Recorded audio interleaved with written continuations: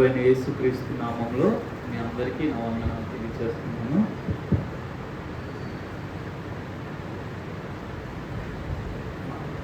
వివాహ జీవితము క్షేమంగా వెళ్ళాలంటే జీవిత భాగస్వామి పట్ల సరైన అభిప్రాయము, అవగాహన కలిగి ఉండడం అన్నది చాలా ప్రాముఖ్యం. ఒకవేళ సరైన అభిప్రాయాలు లేదా అవగాహన లేకపోతే ఎక్కువ కాలం కష్టపడాల్సి ఉంటుంది. చాలా కష్టంతో మనం యుగాలు దేవునితో ఉండబోతున్నాము. కాబట్టి దేవుని గురించిన సరైన అభిప్రాయము మన హృదయాల్లో ఉండడము చాలా చాలా ప్రాముఖ్యం. అందుకని దేవుని యొక్క స్వభావములో ఒక భాగాన్ని ఈ దినము పరిచయం చేయాలని నేను ఇష్టపడుతున్నాను. యోబు గ్రంథము 38వ అధ్యాయము 7వ వచనం. యోబు గ్రంథము 38వ అధ్యాయము 7వ వచనం. ఉదయ నక్షత్రములు ఏకముగా కూడి పాడినప్పుడు దేవదూతలందరూ ఆనందించి జయధ్వనులు చేసినప్పుడు దాని మూలరాతిని వేసిన వాడెవడు? 4వ వచనంలో, నేను భూమికి పునాదులు వేసినప్పుడు నీవెక్కడ ఉంటివి, నీకు వివేకము కలిగి ఉన్న ఎడలా చెప్పు. దేవుడు యోబును అడుగుతున్న ప్రశ్న ఏంటంటే, నేను భూమిని పుట్టించినప్పుడు, భూమిని నేను కలుగు చేసినప్పుడు నువ్వు ఎక్కడున్నావు అని. అక్కడ ఒక విషయాన్ని చెప్తున్నారు. ఏంటంటే, భూమికి పునాదులు వేయబడుతున్నప్పుడు అంట ఇద్దరు 2 kinds ఆఫ్ ఏంజల్స్, ఒకరేమో పాటలు పాడుతున్నారు, ఇంకొకరేమో జయధ్వనులు చేస్తున్నారంట. ఉదయ నక్షత్రాలు అంటే మేబీ నేను అనుకున్నది ఏంటంటే హయ్యర్ కేటగిరీ ఆఫ్ ఏంజల్స్, ఉన్నత శ్రేణికి చెందిన దేవదూతలు. వీళ్ళు తరువాత దేవుని దూతలందరూ కలిసి పాటలు పాడుతున్నారు, ఆనందంతో కేకలు వేస్తున్నారు. అప్పుడు దేవుడు భూమికి పునాదులు వేశారు. పునాదులు వేసిన ఈ భూమి, ఆయన సృష్టించిన ఈ భూమి ఆదికాండము 1వ అధ్యాయము 2వ వచనంలో ఇలా కనిపిస్తుంది. భూమి నిరాకారముగాను శూన్యముగాను ఉండెను, చీకటి అగాధ జలము పైన కమ్మి ఉండెను, దేవుని ఆత్మ జలముల పైన అల్లాడుచుండెను. 1వ వచనంలో, ఆది యందు దేవుడు భూమి ఆకాశములను సృజించెను. ఇక్కడేమో యోబు గ్రంథంలో మనం చూసినప్పుడు దేవుడు భూమికి పునాదులు వేశారని చూస్తున్నాము. ఆది కాండంలో చూసినప్పుడు ఆయన సృజించిన భూమి నిరాకారంగాను శూన్యంగాను మారిపోయినట్లుగా చూస్తున్నాం. కానీ వాస్తవానికి దేవుడు సృజించిన భూమి యెషయా గ్రంథంలో మనకు ఉంటుంది. యెషయా గ్రంథము 45వ అధ్యాయంలో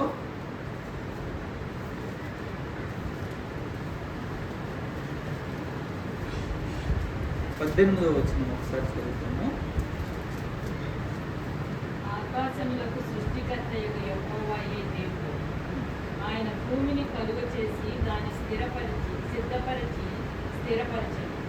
నిరాకారముగా ఉండునట్లు ఆయన దాన్ని సృజింపలేదు, నివాస స్థలమగునట్లుగా దాన్ని సృజించెను. దేవుడు భూమిని కలుగు చేసినప్పుడు అంట సిద్ధపరిచి నివాసయోగ్యమైన స్థలంగా ఉండేటట్లుగా ఆయన చేశారు. అయితే ఆది కాండంలో మనం ఏం చూస్తున్నాము అంటే భూమి నిరాకారంగాను శూన్యంగాను మారిపోయినట్లుగా చూస్తున్నాం. అయితే అదే వచనంలో ఒక భాగంలో దేవుని ఆత్మ అగాధ జలముల పైన అల్లాడుచుండెను. ఇప్పుడు ఏదైనా మనం ఒక ఈవెంట్, ఏదైనా ఒక ప్రోగ్రామ్ చేస్తున్నాము, బాగా ప్లాన్ చేసాము, బాగా కట్టాము, సడన్గా అది అటర్ ఫ్లాప్ అయింది అనుకోండి, ఏం చేస్తాం? చాలా బాధపడి వి విల్ లీవ్ ఇట్. కానీ దేవుడు చాలా అంటే ఉత్సాహంగా కొన్ని వేల మంది దేవదూతలు, కొన్ని కోట్ల కొలది దేవదూతలు అందరూ జయధ్వనులు చేస్తూ ఒక అట్టహాసంగా ప్రారంభమైన భూమి యొక్క పరిస్థితి ఏమైందంటే ఆది కాండము 1వ అధ్యాయము 2వ వచనంలో చూసినప్పుడు నిరాకారంగాను శూన్యంగాను మారిపోయింది. ఇలా మారిపోయిన దాని మీద చీకటి కన్ను ఉందంట, దాని మీద దేవుని ఆత్మ అల్లాడుచుండేది.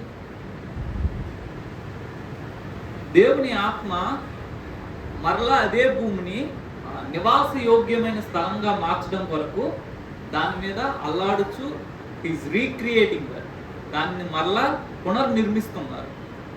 దేవునికి ఉన్న స్వభావం ఏంటి అంటే, బహుశా ఆయన అనుకుంటే ఆ భూమిని అక్కడ వదిలేసి ఇంకో భూమిని హీ కెన్ క్రియేట్. కానీ విచిత్రంగా దానినే మరలా ఆయన పనిచేస్తూ దాన్ని మొదటి స్థితికి తీసుకురావడానికి ప్రయత్నం చేస్తున్నారు. తరువాత దేవుడు ఆదాము అవ్వలని సృష్టించడం జరుగుతుంది. ఆదాము అవ్వలు పుట్టిన తరువాత మనము ఆదికాండము 6వ అధ్యాయానికి వెళ్ళినప్పుడు 5-6 వచనాలు చదువుదాము. నరుల చెడుతనము భూమి మీద గొప్పదనియు వారి హృదయం యొక్క తలంపుల్లోని ఊహాంతయు ఎల్లప్పుడూ కేవలము చెడ్డదనియు యెహోవా చూచి తాను భూమి మీద నరులను చేసినందుకు యెహోవా సంతాపము నుండి తన హృదయంలో నొచ్చుకొను. ఆదాము అవ్వలను చేసినప్పుడు అవ్వ ఆదాము ఇద్దరు కూడా దేవుని ఆజ్ఞను అతిక్రమించి వాళ్ళు పడిపోయారు. పడిపోయిన వారి నుండి వచ్చిన మానవ జాతి ఏమో పూర్తిగా చెడిపోయింది, హోప్లెస్ కండిషన్కి వెళ్ళిపోయింది. దేవుడికి ఎంత దుఃఖం వేసిందంటే వీళ్ళని చేసినందుకు చాలా బాధపడి అసలు వీళ్ళని ఉంచకూడదని వీళ్ళని భూమి నుంచి మొత్తం వీళ్ళతో పాటు సర్వాన్ని నాశనం చేయాలని దేవుడు ఫ్లడ్ని రప్పించి దీని అంతటినీ నాశనం చేశారు. అలా నాశనం చేసిన వారిలో నుంచి ఒకే ఒక వ్యక్తిని తప్పించి, నోవాహును తప్పించి ఆయన నుంచి మరలా తరువాత జనాంగాన్ని తీసుకుని వచ్చారు. ఆదికాండము 11వ అధ్యాయంలో మనం వెళ్తే అక్కడ ఈ 11వ అధ్యాయంలో మొదటి 9 వచనాలు మనం చూస్తే బాబేలు గోపురం గురించి మనం చూస్తాము. ప్రజలందరూ ఒక్క ప్రజలుగా ఉన్నారు. వాళ్ళకు ఒక ఆలోచన వచ్చింది ఏంటంటే మనం ఒక గోపురాన్ని కడదాము, ఆ గోపురాన్ని కట్టి మనము పేరు సంపాదించుకుందాము. కానీ చరిత్ర ఏం చెప్తుందంటే ఇది కేవలము ఏదో పేరు కోసం కట్టిన గోపురం కాదు, కానీ విగ్రహారాధనకు ప్రారంభం అంట. బాబేలు నుంచే విగ్రహారాధన అనేది వచ్చింది. అంతకుముందు విగ్రహారాధన లేదు. సో ఇక్కడ విగ్రహారాధన ప్రారంభమైనప్పుడు దేవుడు వీళ్ళందరినీ చెల్లాచెదురు చేశాడు. వీళ్ళందరూ వేరు వేరు ప్రాంతాలకు వెళ్ళిపోయారు. వీళ్ళలో నుంచి అబ్రహాము అనే వ్యక్తిని మరలా వేరు చేసుకుంటున్నారు. 12వ అధ్యాయము 1వ వచనం చూస్తే, యెహోవా నీవు లేచి నీ దేశం నుండి, నీ బంధువుల యొద్ద నుండి, నీ తండ్రి ఇంటి నుండి బయలుదేరి నేను నీకు చూపించు దేశంకి వెళ్ళుము. నిన్ను గొప్ప జనముగా చేసి నిన్ను ఆశీర్వదించి నీ నామమును గొప్ప చేయుదును. నీవు ఆశీర్వాదముగా ఉండువు. అబ్రహాం గురించిన చరిత్ర మనం చూస్తే అబ్రహాం గారు కూడా విగ్రహారాధికుడు. అందరూ వారి కుటుంబం అంతా కూడా విగ్రహారాధన చేస్తూ ఉండేవారు. ఆ విగ్రహారాధన కుటుంబంలో నుంచి ఒక వ్యక్తిని ఆయన సపరేట్ చేసుకుని ఆ వ్యక్తికి నువ్వు నేను చెప్పినట్టుగా ఈ దేశానికి పద, నేను నడిపిస్తాను, నీకు నీ తదనంతరము ఇదిగో పలానా దేశాన్ని నేను నీకు ఇస్తానంటే అబ్రహాం బయలుదేరారు. అబ్రహాం నుంచి మనం చూస్తే ఇశ్రాయేలీలు వస్తారు. ఇశ్రాయేలీలు వచ్చి వాళ్ళేమో ఐగుప్తుకు 430 సంవత్సరాలు బానిసత్వంలోనికి వెళ్ళిపోతారు. బానిసత్వంలోనికి వెళ్ళిపోయిన ఇశ్రాయేలీలను మరలా మోషే అహరోనును పంపించి బయటకు లోకం వస్తారు. ఇలా బయటకు వచ్చిన ఇశ్రాయేలీలు 40 సంవత్సరాలు అరణ్యంలో తిరుగుతారు. 40 సంవత్సరాల్లో వాళ్ళు హార్డ్లీ బాగా గట్టిగా అయితే ఒక 6 సార్లు దేవుడిని బాగా కష్టపెట్టారు. ఎంత కష్టపెట్టారంటే దేవుడు అనుకున్నారు ఒక సందర్భంలో వీళ్ళని నాశనం చేసి మోషే నీ నుంచి ఒక జనాంగాన్ని తీసుకొస్తానని. అక్కడ ఒక్క దగ్గర తప్పితే ఇంకెక్కడ మనము దేవుని యొక్క ఆ యొక్క మనసుని ఎక్కడ చూడము. ఎప్పుడైతే ఇశ్రాయేలీలు ఇన్ని మార్లు శోధించి దేవునికి దుఃఖం కలిగి చేశారో దేవుడు వాళ్ళు 40 సంవత్సరాల పాటు అదే అరణ్యంలో ఉంచి తరువాత వాళ్ళ పిల్లల్ని తీసుకుని వెళ్తారు. ఇశ్రాయేలీలు కనానులోనికి అడుగుపెట్టారు. కనానులోనికి అడుగుపెట్టిన తర్వాత మరలా విగ్రహారాధనలోనికి వెళ్ళిపోతారు. ఈయన వాళ్ళు ఎప్పుడైతే విగ్రహారాధనలోనికి ఆయన కమాండ్మెంట్స్ నుంచి వెళ్ళిపోతారో న్యాయాధిపతులను పంపిస్తారు రక్షించడానికి. వీళ్ళు దాసత్వంలోనికి వెళ్ళిపోయిన ప్రతిసారి న్యాయాధిపతులను పంపిస్తారు, ప్రవక్తలను పంపిస్తారు. మనం ఓల్డ్ టెస్ట్మెంట్ అంతా చూసేది ఏంటంటే దేవుడు ఇశ్రాయేలీలతో పెనుగులాడుతూ ఉంటాడు. ఆయన నిర్గమకాండము 20 అధ్యాయంలో ధర్మశాస్త్రాన్ని ఇచ్చినట్టుగా మనం చూస్తాం. మొదటి వచనంలో దేవుడు ఈ ఆజ్ఞలని వివరించి చెప్పిన అక్కడ లా అనేది స్టార్ట్ అయింది. చూడండి, దేవుడు సృజించిన ప్రజలు దేవుడిని విడిచి విగ్రహారాధనలోనికి వెళ్ళిపోయిన ప్రజల నుంచి ఒక వ్యక్తిని ప్రత్యేకపరిచి, ఆ ప్రత్యేకపరిచిన వ్యక్తి నుంచి ఒక జనాంగాన్ని రప్పించి ఆ జనాంగానికి విగ్రహారాధన లేకుండా చేశాడు. ఎందుకు యేసుప్రభు వారు ఇశ్రాయేలీల్లోనే జన్మించాలని అంటే వన్ ఆఫ్ ద రీజన్ ఏంటంటే, ఒకవేళ మిగతా ఏ మతంలోనైనా జన్మిస్తే ఎయిదర్ వాళ్ళు నాస్తికులు అయి ఉంటారు, ఆ రిలీజియన్ మేబీ నాస్తికత్వం ఉండొచ్చు, లేదంటే విగ్రహారాధన. కంపల్సరీగా ఈ రెండిట్లో ఏదో ఒకటి ఉంటుంది. కాబట్టి దేవుడు తన రక్షకుడు, తన కుమారుడు రావాల్సిన జనాంగాన్ని ముందుగానే ప్రిపేర్ చేశారు. విగ్రహారాధన లేకుండా వారిని ప్రిపేర్ చేశారు. ఇలా వీళ్ళకి కమాండ్మెంట్స్ ఇచ్చి వీళ్ళని ప్రత్యేకపరిచిన తరువాత వీళ్ళు ఎప్పుడైతే దేవుని దృష్టికి దోషులయ్యారో వీళ్ళని చాలాసార్లు దేవుడు హెచ్చరించడం జరుగుతుంది. వీళ్ళకి ఇచ్చిన ధర్మశాస్త్రంలో ఒక ఆజ్ఞ ఏంటంటే ప్రతి 7 సంవత్సరాలకి ఒకసారి మీరు భూమికి రెస్ట్ ఇవ్వాలి. అయితే మన వాళ్ళు ఒక్కసారి కూడా దాన్ని పాటించరు. 490 సంవత్సరాలు వాళ్ళు భూమికి రెస్ట్ ఇవ్వకుండా వాళ్ళ కార్యక్రమం వాళ్ళు చేస్తున్నారు, వ్యవసాయం చేస్తున్నారు. దేవుడేమో దాన్ని జ్ఞాపకం చేసుకొని, అయ్యా మీరు 490 సంవత్సరాల నుంచి భూమికి రెస్ట్ ఇవ్వకుండా మీరు పనిచేస్తున్నారు కాబట్టి నేను రెస్ట్ ఇస్తాను, మీరు వెళ్ళండి అనేసి 70 ఇయర్స్ వాళ్ళని ఎగ్జైల్ పంపుతారు. వాళ్ళు కల్దీలు వచ్చి కొంతమందిని, బబులోనియన్స్ వచ్చి కొంతమందిని తీసుకొని వెళ్ళిపోతారు. 70 సంవత్సరాలు వాళ్ళు చెరలో ఉంటారు. చెరలో ఉన్నప్పుడు కూడా, చెర నుండి బయటకు వచ్చినప్పుడు కూడా తరువాత దేవుడు వీళ్ళు ఇశ్రాయేలీల ప్రవర్తనలో మాత్రం మనం చాలా వరకు ఏ యొక్క న్యూనెస్ని కానీ లేకపోతే పరివర్తన కానీ మనం చూడం. వాళ్ళు ఎప్పుడు కూడా వెనక్కి విగ్రహారాధన వైపు లేదంటే దేవుణ్ణి వదిలేసి వేరొక దాని వైపు వెళ్ళిపోవడానికి వాళ్ళు ఇష్టపడుతున్న వాళ్ళు. హోషేయ గ్రంథం 11వ అధ్యాయంలో 7వ వచనం చూస్తే,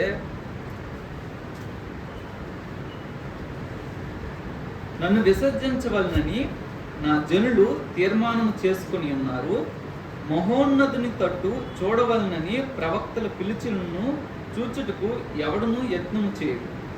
ఎఫ్రాయిము, నేనెట్లు నిన్ను విడిచిపెట్టెదను, ఇశ్రాయేలు, నేను నిన్ను ఎట్లు విసర్జింతును, ఆత్మాను వలె నిన్ను నేను ఎట్లు చేతును, శబాయిమునకు చేసినట్లు నీకెట్లు చేతును. నా మనస్సు మారినది, సహింపలేకుండా నా అంతరంగము మండుచున్నది. ఇశ్రాయేలీలేమో దేవునితో ఒక్కసారే మాట ఇచ్చారు. యెహోషువ అడుగుతాడు ఏంటంటే, మీ ఇష్టం, మీరు ఎవరిని కోరుకుంటారో కోరుకొని, నేను నా ఇంటి వాళ్ళు మాత్రం యెహోవాను సేవిస్తామని అంటే ఇశ్రాయేలీలు అందరూ అంటారు, నేను కూడా యెహోవాను సేవిస్తామంటారు. ఇక్కడికి వచ్చేటప్పటికి ఇక్కడ మనం ఈ హోషేయలో ఏం చూస్తామంటే, ఇశ్రాయేలీలు అందరూ అనుకున్నారంట ఇంకే ఈ దేవుని వదిలేద్దాము, వదిలేసి మన మట్టుకు మనము పూర్తిగా విగ్రహారాధనలోనికి అన్ని దేవతల్లోనికి వెళ్ళిపోదామని అనుకున్నప్పుడు దేవుడు అంటున్నారు, నా జనులు ఇంత తీర్మానం చేసుకున్నాను నన్ను వదిలేద్దామని, కానీ నేను ఎట్లా వదిలేస్తాను, నేను వదలలేను. మనము ఇదే హోషేయ గ్రంథంలో చూస్తాం ఏంటంటే, హోషేయకి వెళ్ళి వేశ్యను వివాహం చేసుకోమని చెప్తారు. ఎందుకనంటే ఇశ్రాయేలు కూడా వేశ్యలాగా మారిపోయింది. అయినప్పటికీ దేవుడు ఒకని భార్య వానికి అన్యాయం చేస్తే డివోర్స్ ఇచ్చి విడిచిపెట్టమన్న దేవుడేమో తన భార్య అయిన ఇశ్రాయేలు తప్పు చేసినప్పుడు మాత్రం తను డివోర్స్ ఇవ్వకుండా మరలా తనని వెనక్కి రప్పించడానికి ప్రయత్నం చేస్తూ ఉన్నారు. మనం ఏం చూస్తున్నాము అంటే from the beginning of creation, సృష్టి ప్రారంభం నుంచి ఇశ్రాయేలీల చరిత్ర వరకు కూడా దేవుడు ఎక్కడ రాజీ పడట్లే. భూమిని చేశాడు, భూమి ఏమో నిరాకారం అయిపోయింది, కానీ భూమిని వదిలేయలేదు. భూమి మీద మళ్ళీ పని చేశాడు, మళ్ళీ దాని పూర్వస్థితికి తీసుకొని వచ్చాడు. నరులను సృష్టించాడు, నరులేమో తన నుంచి దూరం అయిపోయారు. వీళ్ళని ఎలాగైనా సంపాదించాలని మరలా వాళ్ళకి దగ్గరయ్యే ప్రయత్నం చేశారు. నరులు పూర్తిగా చెడిపోయారు. నరులందరినీ నాశనం చేయాలనుకున్నాడు. మళ్ళీ అందులో నుంచి ఒక వ్యక్తిని సెపరేట్ చేశారు. ఆ వ్యక్తి నుంచి వచ్చిన జనాంగమేమో విగ్రహారాధనలోకి వెళ్ళిపోయింది. వాళ్ళ నుంచి ఒక వ్యక్తిని సెపరేట్ చేసి ఇలా ప్రత్యేకపరుస్తూ మనం చూసిన దాని అంతట్లో కూడా దేవుడు ఎక్కడ కూడా వాళ్ళని విడిచిపెట్టట్లేదు. తను ఏమైతే అనుకున్నాడో అది నెరవేర్చడానికి ఈజ్ ట్రైయింగ్ ఆల్వేస్. తను అనుకున్నది ఫుల్ఫిల్ చేయడానికి ఆయన కష్టపడుతున్నారు తప్పితే విడిచిపెట్టాలి అని అనుకోవట్లేదు. ఎఫెసీలకు రాసిన పత్రికలో ఒక మాట మనం చూస్తాము. 5వ అధ్యాయము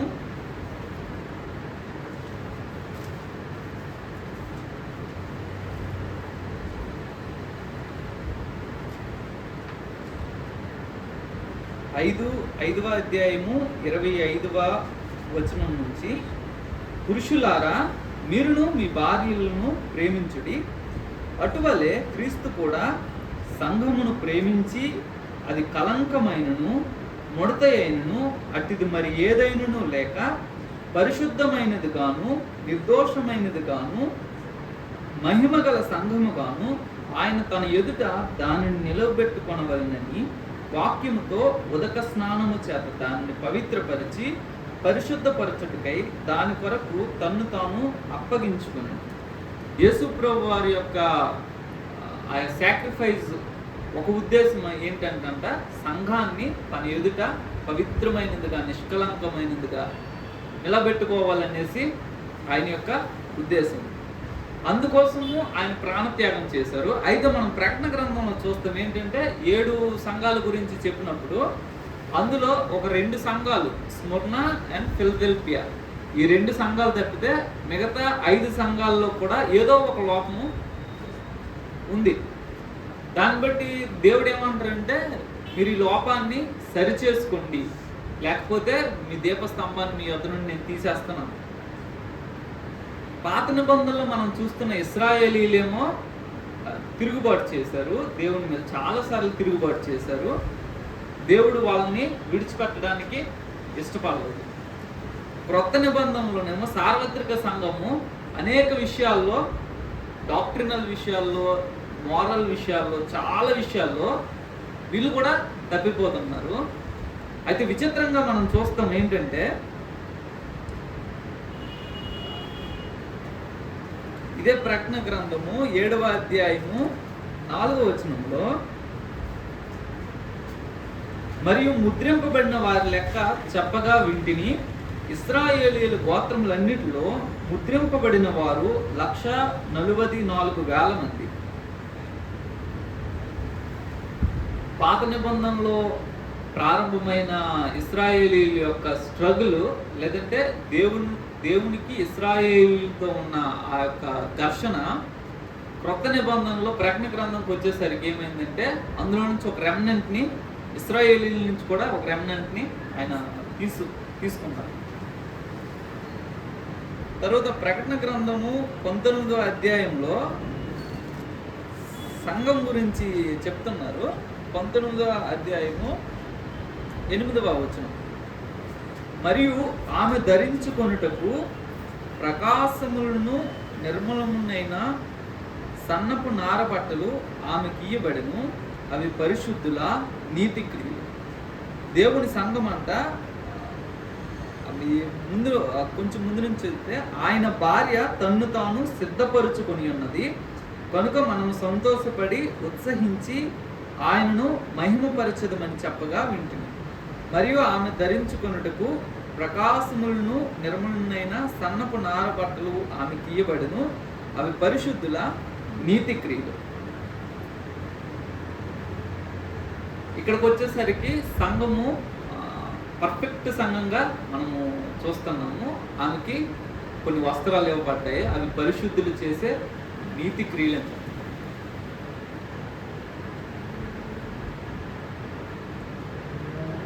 వీటన్నిటిలో మనం ఏం గమనిస్తున్నామంటే దేవుడు ఎక్కడ కూడా విడిచిపెట్టదు, ఆయన పని చేస్తూనే ఉంటారు. యేసుప్రభు వారు అంటారు, నా తండ్రి ఇది వరకు పని చేస్తున్నారు, నేను కూడా పని చేస్తున్నాను. మనం చాలాసార్లు అనుకుంటాము, దేవుడు నన్ను పట్టించుకోవట్లేదు, దేవుడు నా మీద అంత శ్రద్ధ చూపించట్లేదు అని అనుకుంటాము. నన్ను పట్టించుకోవడానికి ఏమైనా నేను సేవకుడినా, లేదంటే భక్తిపరున్నా, లేదంటే అంత పరిశుద్ధున్నా, నీతిమంతున్నా అని మనం ఇట్లా మనము కొన్ని ప్రశ్నలు వేసుకొని, నేను అయోగ్యునిలే, దేవుని కనుదృష్టి నా మీద ఉండడానికి, దేవుడు నన్ను పట్టించుకోవడానికి అంత విలువైన వాడిని కాదులే అని మనం అనుకుంటాము. కానీ ప్రతి వ్యక్తి కూడా దేవునికి చాలా చాలా ప్రాముఖ్యం. అందుకనే ఆయన మన మీద పని చేస్తూ ఉన్నారు.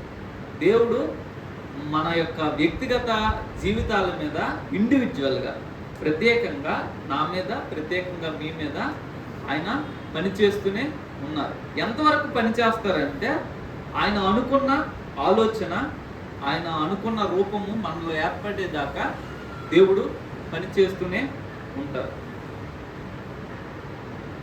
ఏదైనా ఒక విషయం జరిగి, ఈ విషయంలో సరే ఇంకా నా వల్ల కాదు అని విడిచిపెట్టే మన స్వభావము, దేవుడు ఏమంటే ఒకసారి నువ్వు కమిట్ అయితే, ఒకసారి దేవునితో నిబంధనలకు వస్తే, ఎవరైనా యేసు ప్రభుని ఒకసారి, యేసు ప్రభు నా దేవుడు, యేసు ప్రభు నా పాపాల కొరకు మరణించాడు అని నమ్మి ఆయన దగ్గర పాప క్షమాపణ పొందిన ఏ ఒక్క వ్యక్తి కూడా అంత ఈజీగా రక్షణను కోల్పోవడము, లేదంటే అంత ఈజీగా నరకానికి వెళ్ళడం అనేది జరగదు. It's highly impossible. ఎందుకంటే ఏ దేవుడైతే మన కొరకు ప్రాణం పెట్టారో ఆ దేవుడు ఎప్పుడైతే మనం ఆయన నిబంధనలను వస్తామో అప్పటి నుంచి ఆయన మన మీద పనిచేయడము ప్రారంభిస్తాడు. ఒకవేళ ఏదైనా సందర్భంలో యేసు ప్రభువుని విడిచిపెట్టేద్దామని మనకు అనిపించినా, దేవుడు మాత్రం మనల్ని విడిచిపెట్టే మనిషి కాదు, వ్యక్తి కాదు. ఆయన మన మీద పనిచేస్తూనే ఉంటారు. ఒకే ఒక విషయము దేవుడి నుంచి మనల్ని శాశ్వతంగా దూరం చేయగలదు. ఏంటంటే యేసు ప్రభువుని పాదాలతో తన్ని అని ఉంటుంది.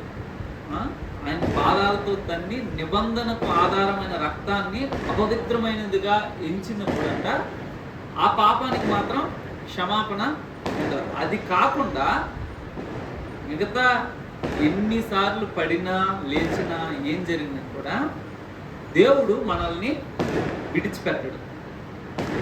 విడిచిపెట్టకుండా మన మీద నిత్యము పనిచేస్తూనే ఉంటాడు. అందుకే ఈ స్ట్రగుల్ అంతట్లో, మన ఆత్మీయ జీవితంలో ఉన్న పోరాటం అంతట్లో కూడా ఒకరోజు మనం ఖచ్చితంగా విజయాన్ని చూస్తాం. ఎందుకంటే దేవుడు తన పనిని మన మీద పూర్తిగా చూపిస్తాడు, తన పనితనాన్ని మన మీద చూపిస్తాడు. ఎన్నో లోపాలు కలిగిన మనము, ఎన్నో విషయాల్లో తప్పిపోతున్న మనము, ఎన్నో విషయాల్లో అయోగ్యులంగా కనబడుతున్న మనము ఒకరోజు దేవుని ఎదుటి నిలబడినప్పుడు, దేవుడు చూసినప్పుడు పరిపూర్ణమైన వ్యక్తులంగా కనబడతాం. ఇంకొక విషయాన్ని నేను చెప్పి, ఇర్మియా గ్రంథము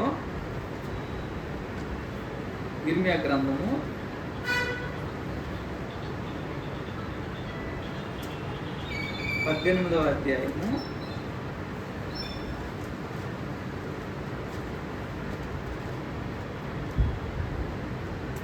1 నుంచి కొన్ని వచనాలు చూద్దాము. యెహోవా యొద్ద నుండి ఇర్మియాకు ప్రత్యక్షమైన వాక్కు, నీవు లేచి కుమ్మరి ఇంటికి పొమ్ము, అక్కడ నా మాటలు నీకు తెలియచేతును. నేను కుమ్మరి ఇంటికి వెళ్ళగా వాడు తన సారి మీద పని చేయుచుండు. కుమ్మరి జిగట మంటితో చేయుచున్న కుండ వాని చేతిలో విడిపోగా ఆ జిగటి మన్ను మరలా తీసుకుని కుమ్మరి తనకు యుక్తమైనట్టుగా దానితో మరి కుండ చేసింది. అంతటి యెహోవా వాక్కు నాకు ప్రత్యక్షమై ఇలాగ సెలవిచ్చింది, ఇశ్రాయేలీయులారా, ఈ కుమ్మరి మంటికి చేసినట్లు నేను మీకు చేయలేనా? ఇదే యెహోవా వాక్కు. జిగటి మన్ను కుమ్మరి చేతిలో ఉన్నట్టుగా ఇశ్రాయేలీయులారా, మీరు నా చేతిలో ఉన్నారు.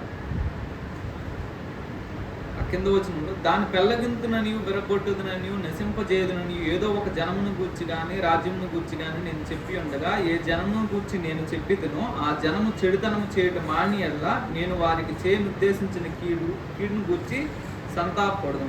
ఓకే, మనకు అంతవరకు అవసరం లేదు. 6వ వచనం వరకు చూస్తే కుమ్మరి యొక్క సాదృశ్యాన్ని, ఆ ఇన్సిడెంట్ని చూపెడుతూ అంటున్నారు.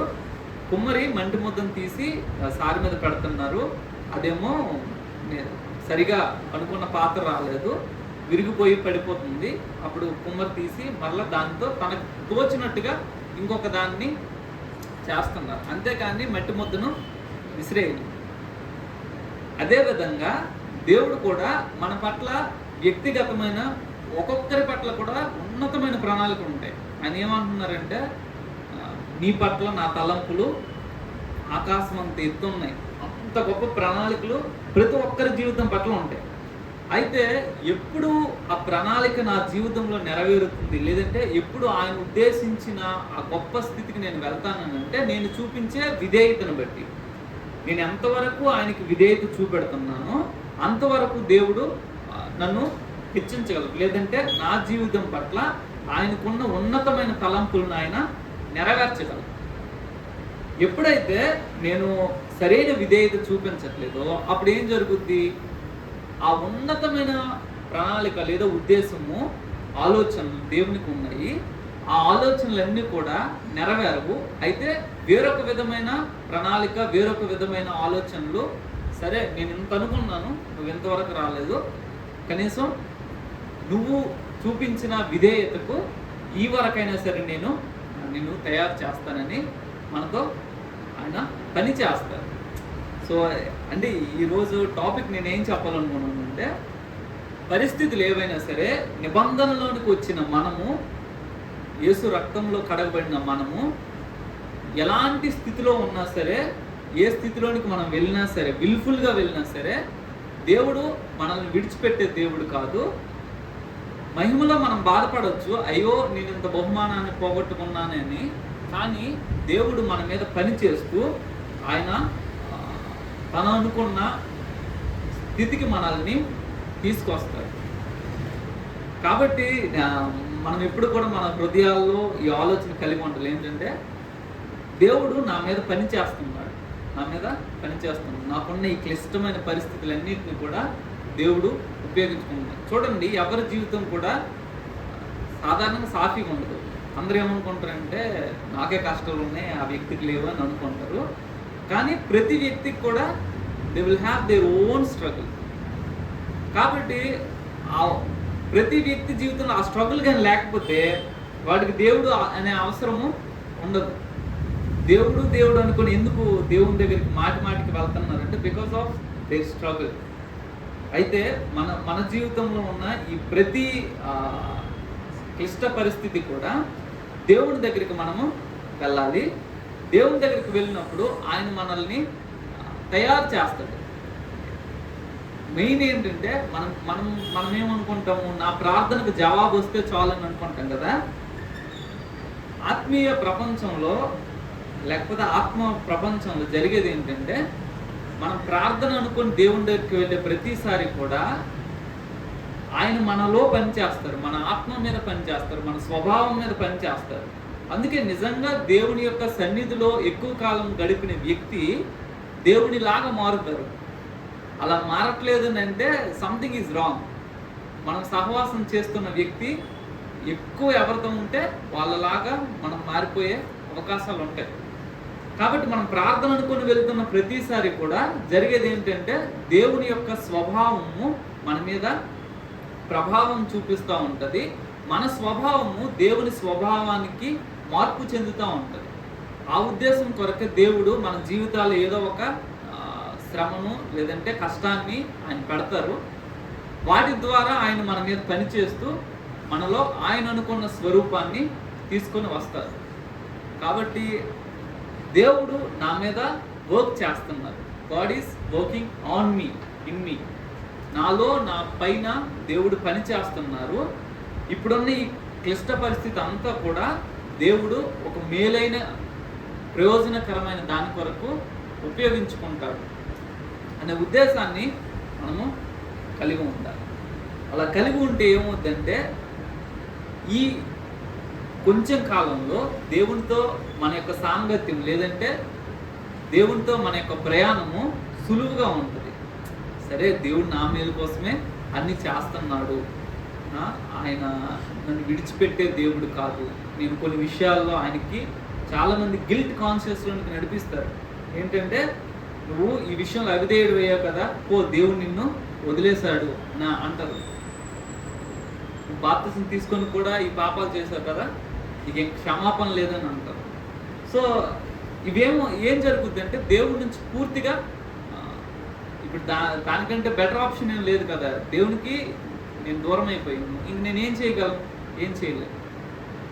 కానీ వాస్తవం ఏంటంటే దేవుడు నన్ను విడిచిపెట్టడు. నేను ఎట్లా నిన్ను విడిచిపెట్టను.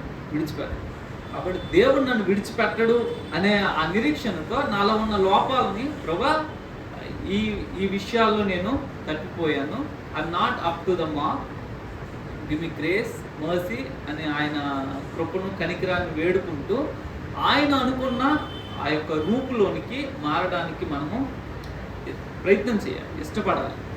అంతేకాని హోప్లెస్నెస్లోకి వెళ్ళిపోయి ఇంక అయిపోయింది, నేను కొన్ని విషయాల్లో తప్పిపోయాను కాబట్టి ఓవర్, దేవుడు ఇంక నన్ను నరకంలో పడేస్తాడు అని మనము అపరాధ భావంలోనికి వెళ్ళకూడదు.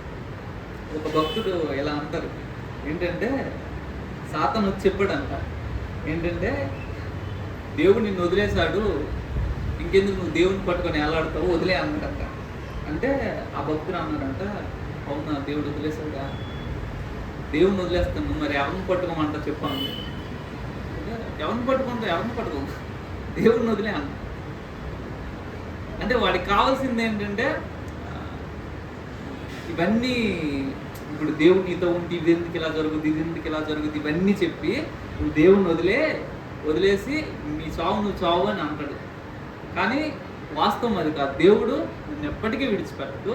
నేను అంటే చేయమని నేను చెప్పట్లేదు, కానీ నేను ఎన్నిసార్లు తప్పిపోయినా కూడా దేవుడు నన్ను సరిచేస్తూ వెనక్కి తీసుకొని వస్తూనే ఉంటాడు తప్పితే, సరే నువ్వు ఇన్నిసార్లు తిరుగుబాటు చేశావు కాబట్టి పో అని నన్ను విడిచిపెట్టాడు.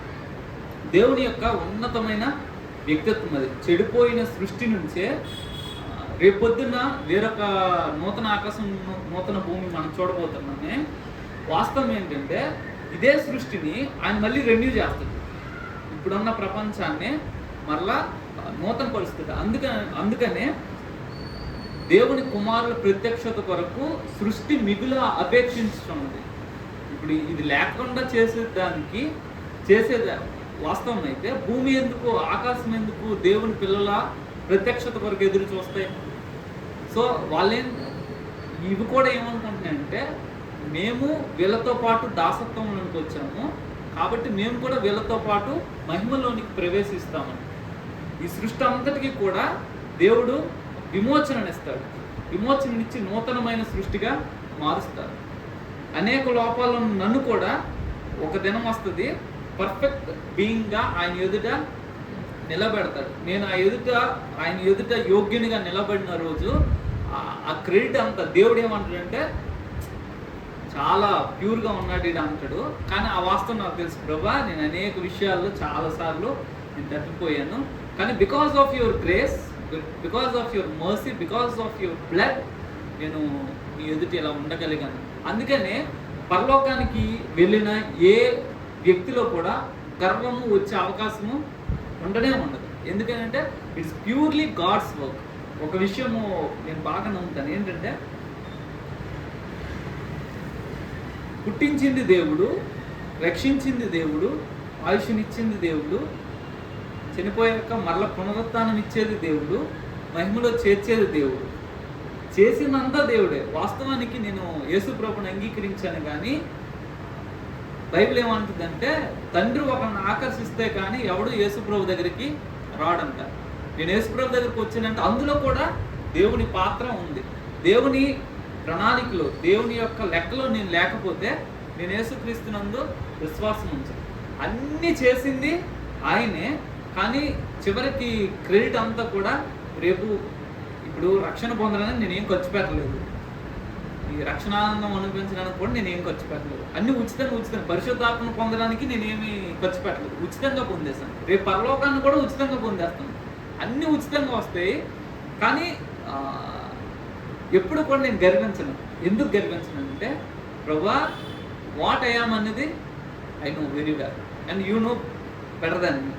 నేను ఎంత చెడ్డ వ్యక్తిని అనేది ప్రపంచానికి తెలియదు. నా ఆలోచనలు, నా మనస్సు ఇవన్నీ నీకు తెలుసు. కానీ ఈరోజు నేను ఎలా ఉన్నానంటే, నువ్వు నా మీద పని చేసావు. చెడిపోయిన నన్ను, చెడ్డవాడిని నన్ను విడిచిపెట్టక నా మీద పనిచేసి నన్ను ఈ స్థాయికి తీసుకొచ్చావు ప్రభా. కాబట్టి ఈ ఘనత, ఈ మహిమ ఇదంతా నీకే చెల్లుతుంది. దేవుడు అందరు కిరీటాలు ఇస్తారు కదా, ఆ కిరీటాలు అంతా అందరు తీసుకెళ్ళి మళ్ళీ వేసే పాదాల దగ్గర పడతారు. కారణం ఏంటంటే we are not worthy of this. దీనికి కేవలం యోగ్యుడు నీవే. మనం అందరము దేవుని గురించిన ఈ ఒక్క విషయాన్ని మనసులో ఉంచుకుంటే మన చాలా కష్టమైన పరిస్థితులన్నింటిలో కూడా స్టిల్ ఒకవేళ విల్ఫుల్గా కొన్నిసార్లు కావాలనే మనం ఏదైనా ఒక తప్పులో పడిపోవచ్చు. అప్పుడు కూడా దేవుని యొక్క ఈ స్వభావాన్ని, అంటే దేవుడు నన్ను విడిచిపెట్టడు. I can go back to my father. నేను నా తండ్రి దగ్గరికి తిరిగి వెళ్ళొచ్చు. నా తండ్రి ఇంటి తలుపులు ఇంకా తెరిచి ఉన్నాయి అనే విషయాన్ని మనం ఎప్పుడు గుర్తుంచుకుంటే, ఎప్పుడు కూడా అపరాధ భావంలోనికి, తద్వారా దేవుడి నుంచి దూరం అయిపోయే పరిస్థితిలోనికి వెళ్ళకుండా దేవునికి ఇమ్మీడియట్గా దగ్గరకు రావడానికి సహాయపడదు. దేవుడి మాటలను దీవించిన గాక. చిన్న ప్రార్థన. మహాపరిశుద్ధుడైన తండ్రి, మీకు వందనాలు చెల్లిస్తున్నాము. దేవా, నువ్వెంత గొప్ప దేవుడు నాయన.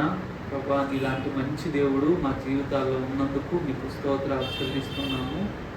దేవా, మీరు పాడైపోయిన సృష్టి దగ్గర నుంచి దేవా దేనిని విడిచిపెట్టే దేవుడిగా కనిపించలేదు ప్రభా. పాడైపోయినా కూడా దాన్ని మరలా బాగు చేస్తున్నారు అయ్యా. మేము వ్యక్తిగతంగా మాకు అనేక లోపాలు ఉన్నాయి ప్రభా.